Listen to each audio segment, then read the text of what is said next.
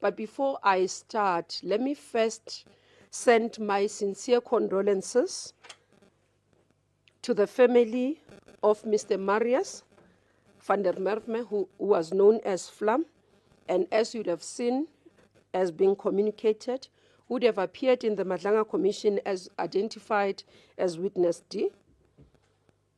We do wish our thoughts and prayers are with his family and friends during this difficult time.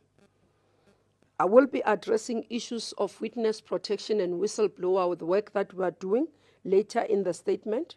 But I do want to say, after this development, I did interact with Advocate Kumalo, who is responsible for the security of the Commission of Inquiry, the Madlanga Commission as we know it, did indicate to me that Mr. van der Merwe was offered protection, which he declined because he didn't think that he needed it and because he runs his own security company.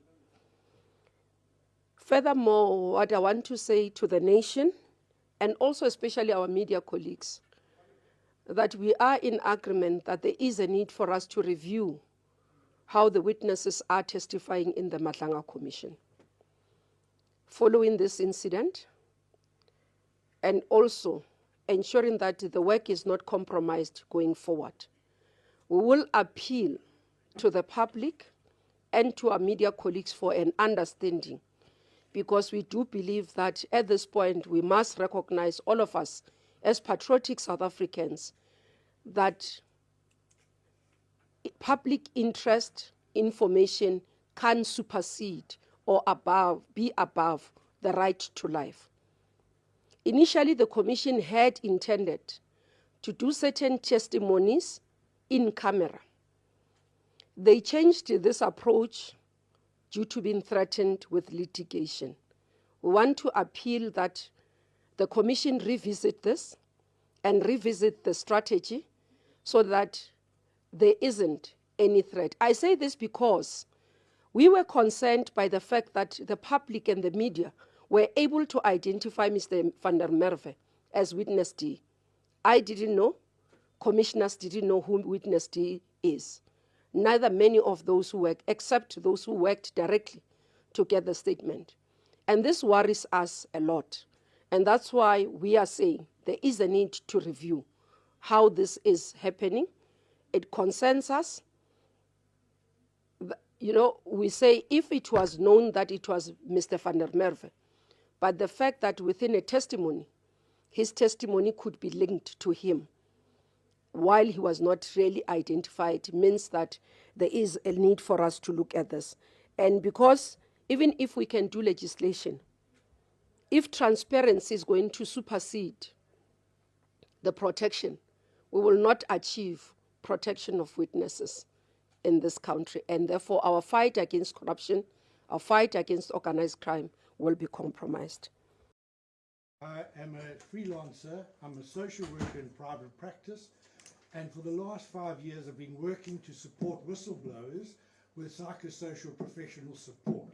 I've come to this particular briefing in a state of deep grieving because I've seen yet again, as a regular installment, as we've seen over the year, since the Zondo Commission, whistleblowers being killed. I can provide them with psychosocial, emotional, spiritual support. I can't protect them.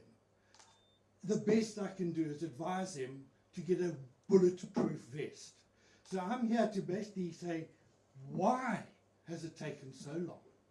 Since the Zondo Commission and Zondo himself pleading for this protection, I can tell you my theory, and that is there is still elements within our state that are deliberately working to retard whistleblower protection. Because in terms of anti-corruption, it's the best available means of dealing with the corruption is whistleblowers, and it would be bad for their business. As I sit here, one of the potential whistleblowers has just told me on WhatsApp he's now too scared to come forward and share his information. No, thank you, Minister. Okay, all I'm wanting to ask is I'm not here not to fight with you. I'm trying to say, how can we find common cause as civil society, the media and the state to deal with this problem. And that's why I've come here. No, thank you for that. Good morning. Good morning. Can you hear me? Mike, please switch off, John. Oh, can you hear me? Yeah, we can hear you now. Good morning. I'm Zoleka Kodashi from Newsroom Africa. Minister, I just wanted to ask if the office or the department is satisfied with the reasoning that was provided, that the witness that has now been gunned down was not willing to take any witness protection. I wanted to know also, in terms of the witnesses that are still to come before the commission, and if there's any fears that the same may transpire before the ad hoc committee. I know that's a separate process, but if there is that fear, because you'll remember that there was a member of parliament that was also hijacked and threatened. So if there is a fear in that regard as well. The last question of the first batch. Good morning, my name is Patrick Moirani from ESA. Essentially, Minister, my questions are based on the issue of whistleblowers and the witness protection. As to going forward now, how are you intending to handle the Madlanga Commission in terms of protecting the witnesses there? No, thank you very much. John, I do agree with you and many other South Africans about if we do not protect the whistleblowers, if we do not protect those who come forward and say they are willing to give evidence, information that is required, then we will not fight, we will not win the fight against corruption. That's very important. What we have done, and I think the issue is there's been mechanisms at various stages in terms of looking at how you intervene at various interventions. Let me just say, if you look at the work that is being done by SIU, for example, SIU, when they investigate and do come across a witness or a person who's done a whistleblower and they need protection in the identification, they have now partnered with a private sector, which is whistleblowers, what is the name? Whistleblower House. So where we acknowledge that there's no support, there's no capacity within the state, we partner. So it's not the work, and I acknowledge what you are saying about working together with NGOs, working together with everybody. We have opened that door to work together, as long as it doesn't compromise the cases. Because we do have those who have ill intentions, would say, you are working with this one, let me come and work, only to find that they're looking for information of those. So we do have mechanisms, and that's why what I announced today is that we have finalized the legislation. There was no legislation in place. And again, you can say, why did it take so long? We are here now, we are responding to it. Yes, it taken us so long. And I don't think, even prior to Zondo Commission, we understood the nature of what this corruption and the deepness of this corruption would have been. And similarly, when you raise the issue that there could be those within the public service that would be blocking some of these things, we can't say no. Because the Madlanga Commission tells us that there are people who were working within the state, not in the interest of the public, not in the interest of the Republic of South Africa, but for their own interest. And therefore, that's why we need to work around the clock, but in partnership to be able to do this work. So there are various mechanisms that we put in place. We've got witness protection that has been strengthened, that we continue to review its work to ensure that those who come forward and are our witnesses, then they are able to cooperate and escalate if there are issues. We do deal with those. Number two, in terms of investigations, and even when we do these commissions, and I'll come to how we are working on the others. And as I say, currently the people that would work with these whistleblowers will be your SIUs, will be NPA. The mechanisms are in place to be able to protect them. What we need to do, and that's why this legislation is important, and once we have been able to, you'll see when we release it, it talks about at national, at province, at local. But it also provides an oversight mechanism to be able to oversee. It puts time frames to say, let's say as a minister, I get a protected disclosure document. I have a particular time that I'm expected to respond to, and give to the, where possible, give to the public, protect the whistleblower what I have done about what information they've given to me. And if not, I do not act, then they can report to the judge to say this is what I have provided, has not been acknowledged, has not been reported. So you'll see it's quite a work that has been done. We've been assisted by even international bodies. World Bank as well reviewed this bill to see if it's in line with international standards and the work that they've been able to see. So I am comfortable that we've done extensive work going forward. This will strengthen not only at national level, because we do acknowledge that even at municipalities, for example, where you have investigating officers in the internal audits, needs to be protected if there's issues. So we making obligations across various spheres of government in terms of that work that needs to be done. So I do believe that we can. Maybe you can share where you need us to support, especially those that are coming through to you.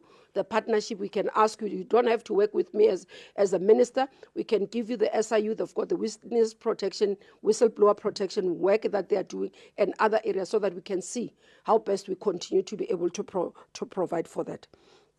Maybe moving again into that, because Zoleka is asking me if I'm satisfied with the reasons that are given in terms of the protection. Yes, I am satisfied with what the explanation and the context. And as you know, these are sensitive matters that I can't go into detail about, including the fact that net joints will be meeting. The police are dealing in their side with the case to look at if there are other circumstances. And let me tell you where I'm still worried. You are asking if I fear. I do fear for the witnesses, and I'll tell you this why. The reason initially, the proposal that there must be in-camera testification was informed by the fact that there will be risks, and we needed to ensure that the risks are minimized extremely. If you talk to those who work with people who come forward as whistleblowers, will tell you that sometimes because of the person narrating publicly this story, the person who's been involved will know who this person is. Now, the best way of protecting that witness is for that not to be broadcasted. And I know we're going to fight with broadcasters, we're going to fight with media, but sometimes it's necessary. And this is what I've asked for the Madlanga Commission to do. To say, let's review, and we agree, because initially that's what they wanted to do. So they have agenda between now and January. This is where they need to do. Otherwise, we're going to have a commission that does not have people coming forward to testify because people are fearing for their lives. We don't know whether this, because I heard the police saying they have not identified fully 100% that the death of Mr. van der Merwe is linked to his being a witness at Madlanga. And as I say, my concern as a minister is the fact that the public, before even Madlanga Commission can say anything, the public knew that this is Witness D. This is extremely worrying, that media was already running, social media was already running, that Witness D has been killed. And the question we must ask ourselves, how did they know that this person is Witness D? And it could be that somebody who heard him testify knew about the incident. As you heard his testimony, there were about 10 and all those things, they did this incident. So maybe somebody amongst them knew. But if we had done this in camera, this would not, you would have come with this statement at the end, at the reporting period.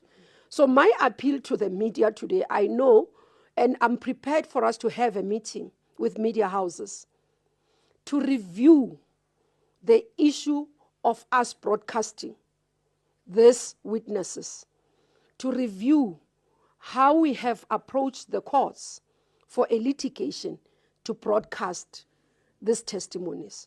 I am willing to meet. I know Judge Madlanga is willing to meet, because all of us must take the cap of being patriotic South Africans. All of us must think first about those witnesses and their families before anything else. That's why in my statement I started by saying public interest can't supersede the life. And that's why we must go into that area. Bafedile, I think I did touch on that, on how we want to go forward in terms of the witnesses. in the Madlanga Commission, but not only that one, across all over.